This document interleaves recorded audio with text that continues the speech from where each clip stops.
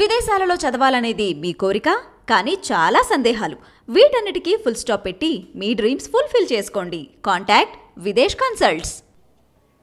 7వ డివిజన్లో సోదరిమణి division corporator Madhuri గారి ఒక ఆధ్వర్యంలో శివగిరి కొండ, అదేవిధంగా 37వ సచివాలయానికి సంబంధించిన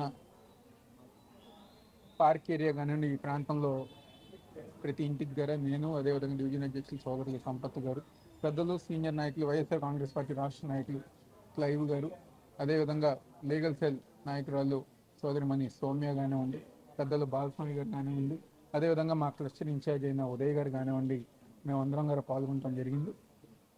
ఈరోజు కొండ చివరి వంచిక్ గారు గతంలో ఏదైతే గడప గడప మన ప్రభుత్వ కార్యక్రమంలో జగన్మోహన్ రెడ్డి గారు ఒక నాయకత్వంలో ఆ రోజు ప్రజానికం మా దృష్టికి తీసుకొచ్చిన స్థానిక సమస్యలు దాదాపుగా సంవత్సరం కాలం లోపే 95% పైగా ఆ ఒక హామీలన్నీ గారు నెరవేర్చి ఈరోజు మళ్ళీ ప్రజానికం దగ్గరికి వెళ్తుంది. అంటే కొండ చివరి అంచు వరకు ఈరోజు శివగిరి కొండ ప్రాంతం అంటే విజయవాడలోని అత్యంత ఎత్తైన ప్రాంతం, శివుడు వెళ్తున్న ప్రాంతంగా అందరూ గారు భావిస్తారు. ఆ ప్రాంతంలో గారు మెట్లు కానివ్వండి, నీళ్లు కానివ్వండి, కరెంటు కానివ్వండి, ప్రజానికానికి కావాల్సిన సంక్షేమ కార్యక్రమాలు కానివ్వండి, ప్రతి ఒక్కటి గారు అందించే విధంగా ఈరోజు జగన్మోహన్ రెడ్డి గారు ప్రభుత్వం ముందుకు వెళ్తాను.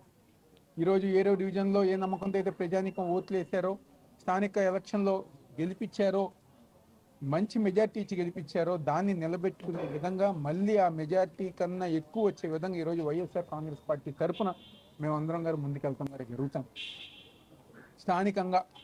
ఎందుకంటే ఈరోజు ప్రతిపక్షంతో పాటు తెలుగుదేశం పార్టీకి సంబంధించిన మీడియా, ఈనాడు, ఆంధ్రజ్యోతి ఒక కక్షపూరితమైన రాజకీయంతో వైఎస్ఆర్ కాంగ్రెస్ పార్టీ మీద, వైఎస్ఆర్ కాంగ్రెస్ పార్టీ నాయకుల మీద ఒక బురద జల్లే కార్యక్రమం తప్ప వాళ్ళు ఇంకేమీ చేయట్లేదు.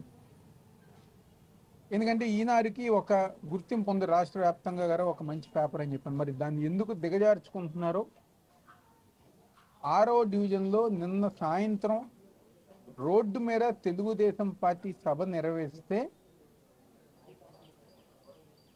దానివల్ల ట్రాఫిక్ జామ్ అవుతే ఈరోజు ఈనాడు పేపర్లో తెలిసి తెలియని వార్తగా వైఎస్ఆర్ కాంగ్రెస్ పార్టీ వాళ్ళు ప్రచారం చేసుకుంటున్నారు, అందుకని ట్రాఫిక్ జామ్ అయిందని చెప్పిన ఒక అబద్ధపు వార్త ఈరోజు ఈనాడు పేపర్లో రాష్ట్రం జరిగింది.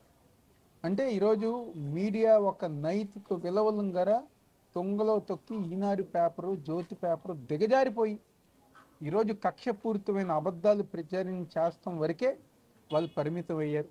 ప్రజానికం గమనిస్తున్నారు ఏది అబద్ధం, ఏది నిజం. జగన్మోహన్ రెడ్డి గారి ప్రభుత్వంలో ఏం జరిగింది, వాళ్ళు రాసే అబద్ధాలు ఏ విధంగా ఉన్నాయి.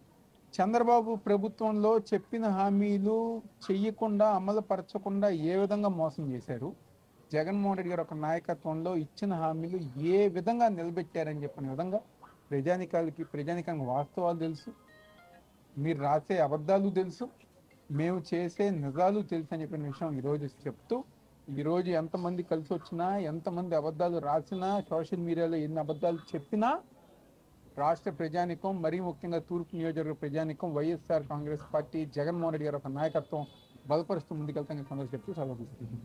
7వ డివిజన్లో గడప గడప ప్రోగ్రామ్కి ముఖ్య అతిథిగా విచ్చేసిన మన తూర్పు నియోజకవర్గ ఇన్ఛార్జ్ గారు అనే దేవినేని అవినాష్ గారికి, మన 7వ డివిజన్ నాయకులకి, సంపత్ గారికి, సౌమ్య గారికి, చంద్రిక గారికి, వచ్చిన వాలంటీర్స్కి, ఇంకా పెద్దలందరికీ హృదయపూర్వక ధన్యవాదాలండి.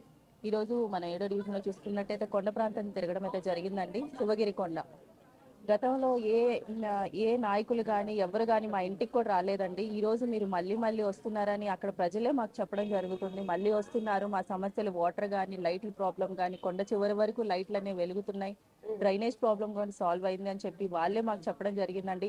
గత ప్రభుత్వంలో మాకు టిడ్కో ఇళ్ళ ద్వారా మాకు మోసం జరిగింది. ఈ ప్రభుత్వం వచ్చిన తర్వాత మాకు ఇళ్ల పట్టాలు వచ్చినాయి, మా ఇంట్లో అమ్మఒడి వస్తుందని ప్రతి ఒక్కరు చెప్పడం జరుగుతుందండి. ఎంతో సంతోషంగా ఉందండి వినడానికి కూడా. మాటలు చెప్పే ప్రభుత్వమే కాదు, చేసే ప్రభుత్వాన్ని, వైఎస్ఆర్సీపీ ప్రభుత్వాన్ని వాళ్ళే పొగడడం జరిగింది. ఎవరెన్ని చెప్పినా రాబోయే రోజుల్లో మా అవినాష్ అన్నని అత్యధిక మెజారిటీతో మేము ఇక్కడ గెలిపించుకుంటామని ప్రజలే తెలియజేయడం జరిగింది. ఎవరెన్ని మాటలు చెప్తున్నా నేను వినమండి, మాకు జరిగిన సంక్షేమ పథకం కానీ, మాకు జరిగిన అభివృద్ధి కానీ మేము చూస్తున్నాము అని ప్రజలు ఎన్ని రాతలు రాసినా ఎన్ని మాటలు చెప్పినా నేను మీ వైపే ఉంటామని ప్రజలే తెలియజేయడం జరిగింది. ఇంత మంచి ప్రభుత్వాన్ని రానున్న రోజుల్లో మన అవినాష్ అనే అత్యధిక మెజారిటీతో గెలిపించుకుంటామని తెలియజేస్తూ సెలవు తీసుకుంటాను.